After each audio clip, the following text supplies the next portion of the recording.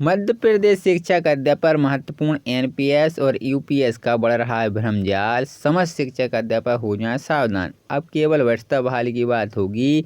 इन मुद्दों की वजह से वरिष्ठता पीछे रह गई है। तो साथियों, आइए जानते हैं पूरी खबर को विस्तार से। तो इससे पहले अगर चैनल पर आप पहली बार आए हैं तो लगे हाथ सब्सक्राइब जरूर कर लें, ताकि आपको नए नए अपडेट मिलते रहें। मेरे चैनल पर ऐसे अपडेट आते रहते हैं, मैं आपके लिए ऐसे अपडेट लाता है। आप देख पा रहे हैं कि शासकीय शिक्षक संगठन के अध्यक्ष राकेश दुबे ने लगाया है आरोप। ये खबर भी आई है और सोशल मीडिया के मध्य से जो पोस्टर हुआ है, हम उसकी विस्तार से जानकारी देंगे। तो आइए चलते हैं, देखते हैं इस आदेश पर क्या आया है। दोस्तों, इन्होंने लिखा है कि मेरा अपने साथियों शिक्षाकर्मी गुरुजी संविदा शाला शिक्षक संवर्ग में नियुक्ति होकर अध्यापक संवर्ग में सम्मिलन नियुक्ति होते हुए राज्य शिक्षा सेवा में प्राथमिक माध्यमिक और उच्च माध्यमिक नियुक्ति हुए शिक्षकों से अनुरोध है कि खुद के लिए राजनीतिक जमीन तलाश रहे कर्मचारी नेताओं की महत्वाकांक्षा पूर्ति का समाधान बनकर एनपीएस और यूपीएस के जाल में ना फंसें। यूपीएस के दायरे में हमारा संवर्ग नवीन शैक्षणिक संवर्ग आ नहीं रहा है और ना ही यूपीएस योजना ना तो मध्य प्रदेश में आई और ना ही उसे पूरे पत्ते खुले हैं। पहले भी हमारा संवर्ग इसी तरह से बिना सोचे समझे वरिष्ठता विहीन राज्य शिक्षा सेवा का समर्थन कर भुगत चुका है। कार्यालय आयुक्त लोक शिक्षण के पत्र क्रमांक 1920 भोपाल दिनांक 18/11/2024 से स्पष्ट हो चुका है कि विभाग 1 जुलाई 2018 के पूर्व की वरिष्ठता को ग्रेजुटी आदि वित्तीय मामलों में मान्य नहीं। दोस्तों, आपसे पुनः अनुरोध है कि यदि संघर्ष करने का जज्बा है तो संघर्ष केवल और केवल पूर्व वरिष्ठ सेवा अवधि की गणना प्रथम नियुक्ति दिनांक के लिए करें, जो हमारा संवर्ग की समस्त समस्याओं का हल है। पूर्व वरिष्ठता के बाद ही हम भविष्य में ओपीएस यूपीएस अर्जित अवकाश एवं ग्रेजुटी का पूर्ण लाभ मिल सकता है। मैं अपने साथ के संगठन के संकुल स्तर से लेकर प्रदेश स्तर तक के समस्त पदाधिकारियों से अपील करता हूं कि पूर्ववरिष्ठता के महत्व को संवर्ग के आम शिक्षक तथा पहुंचा में कैसे बिना पूर्ववरिष्ठता के ना तो पेंशन मिले और ना ही पूर्ण पेंशन एनपीएस और ओपीएस के चक्कर में ना तो खुद भ्रमित हो, ना ही संवर्गों के अन्य साथियों को भ्रमित करें। शासकीय शिक्षा संगठन का लक्ष्य है कि समस्त वित्तीय समस्याओं का हल पूर्ण वरिष्ठता बहाली के आधार से किया जाएगा। तो साथियों, ये राकेश जी हैं, उनके नाम से आदेश पत्र जारी किया गया है। राकेश दुबे जो प्रांतीय अध्यक्ष हैं। तो साथियों, अगर वीडियो आपको अच्छी लगी हो तो कमेंट करें और अधिक से अधिक सब्सक्राइब करें और हमें बताएं कि उनकी जानकारी कैसी लगी है। हम आपके लिए ऐसे वीडियो लाते रहते हैं। साथियों, की समाप्ति को आगे की जांच के बिना रद्द कर दिया जाता है तो कर्मचारी उन सभी परिणाम लाभों को प्राप्त करने का हकदार होगा जो उसे समाप्ति की अवधि के दौरान नहीं मिले थे। न्यायालय ने कहा है कि अवधि के दौरान राज्य कर्मचारी की नौकरी से बाहर था, उसे सभी उद्देश्य के लिए कर्तव्य माना जाएगा और वह अवधि के लिए पूर्ण वेतन और भत्ते प्राप्त करने का हकदार होगा। इस मामले में याचिकाकर्ता राज्य कर्मचारी को 19/4/1991 को नौकरी से बर्खास्त कर दिया था। इसके बाद 2/11/1999 को याचिका के पक्ष में मतलब तय किया गया है, उसी समाप्ति को रद्द कर दिया गया है। प्रतिवादी राज्य ने इस अवधि के दौरान उसे अर्जित लाभों से वंचित कर दिया है, वह नौकरी से बाहर था। राज्य के अनुसार जिस अवधि के दौरान याचिका काम नहीं कर रहे थे उसे नियमित नहीं माना जा सकता और समाप्ति को रद्द कर याचिका बहाली को या पुनः याचिका को रोजगार के रूप में माना जाएगा।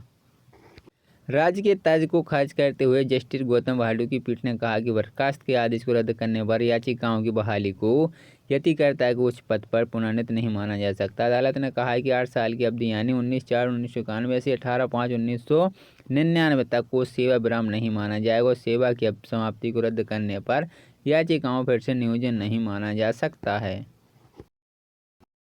कर्मचारियों की समाप्ति को आगे की जांच के बिना रद्द कर दिया जाता है तो कर्मचारी उन सभी परिणाम लाभों को प्राप्त करने का हकदार होगा जो उसे समाप्ति की अवधि के दौरान नहीं मिले थे।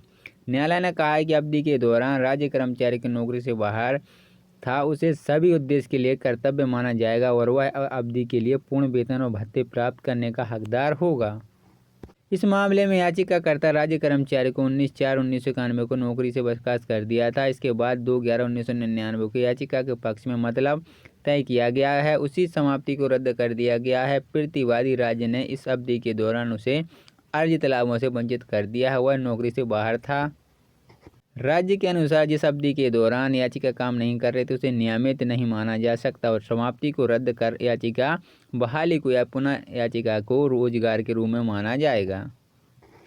राज्य के तर्ज को खारिज करते हुए जस्टिस गौतम भाडू की पीठ ने कहा कि बर्खास्त के आदेश को रद्द करने पर याचिकाओं की बहाली को यतिकर्ता के उच्च पद पर पुनर्नित नहीं माना जा सकता। अदालत ने कहा है कि 8 साल की अवधि यानी 19/4/1991 से 18/5/1999 तक को सेवा विराम नहीं माना जाएगा और सेवा की समाप्ति को रद्द करने पर याचिकाओं फिर से नियोजन नहीं माना जा सकता है। कर्मचारियों की समाप्ति को आगे की जांच के बिना रद्द कर दिया जाता है तो कर्मचारी उन सभी परिणाम लाभों को प्राप्त करने का हकदार होगा जो उसे समाप्ति की अवधि के दौरान नहीं मिले थे। न्यायालय ने कहा है कि अवधि के दौरान राज्य कर्मचारी की नौकरी से बाहर था उसे सभी उद्देश्य के लिए कर्तव्य माना जाएगा और वह अवधि के लिए पूर्ण वेतन और भत्ते प्राप्त करने का हकदार होगा। इस मामले में याचिकाकर्ता राज्य कर्मचारी को 19/4/1991 को नौकरी से बर्खास्त कर दिया था। इसके बाद 2/11/1999 को याचिका के पक्ष में मतलब तय किया गया है, उसी समाप्ति को रद्द कर दिया गया है। प्रतिवादी राज्य ने इस अवधि के दौरान उसे अर्जित लाभों से वंचित कर दिया है, वह नौकरी से बाहर था। राज्य के अनुसार जिस अवधि के दौरान याचिका काम नहीं कर रही तो उसे नियमित नहीं माना जा सकता और समाप्ति को रद्द कर याचिका बहाली को या पुनः याचिका को रोजगार के रूप में माना जाएगा।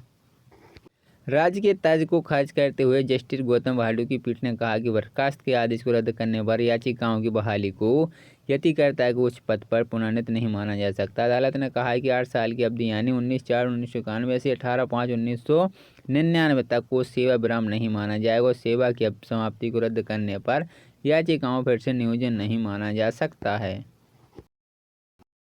कर्मचारियों की समाप्ति को आगे की जांच के बिना रद्द कर दिया जाता है तो कर्मचारी उन सभी परिणाम लाभों को प्राप्त करने का हकदार होगा जो उसे समाप्ति की अवधि के दौरान नहीं मिले थे।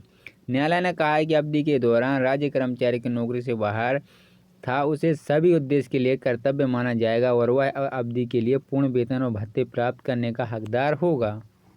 इस मामले में याचिकाकर्ता राज्य कर्मचारी को 19/4/1991 को नौकरी से बर्खास्त कर दिया था। इसके बाद 2/11/1999 को याचिका के पक्ष में मतलब तय किया गया है, उसी समाप्ति को रद्द कर दिया गया है। प्रतिवादी राज्य ने इस अवधि के दौरान उसे अर्जित लाभों से वंचित कर दिया है, वह नौकरी से बाहर था।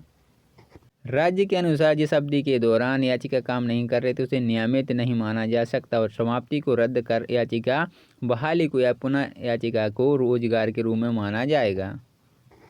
राज्य के तर्ज को खारिज करते हुए जस्टिस गौतम भाडू की पीठ ने कहा कि बर्खास्त के आदेश को रद्द करने पर याचिकाओं की बहाली को यतिकर्ता के उच्च पद पर पुनर्नित नहीं माना जा सकता। अदालत ने कहा है कि 8 साल की अवधि यानी 19/4/1991 से 18/5/1999 तक को सेवा विराम नहीं माना जाएगा और सेवा की समाप्ति को रद्द करने पर याचिकाओं फिर से नियोजन नहीं माना जा सकता है।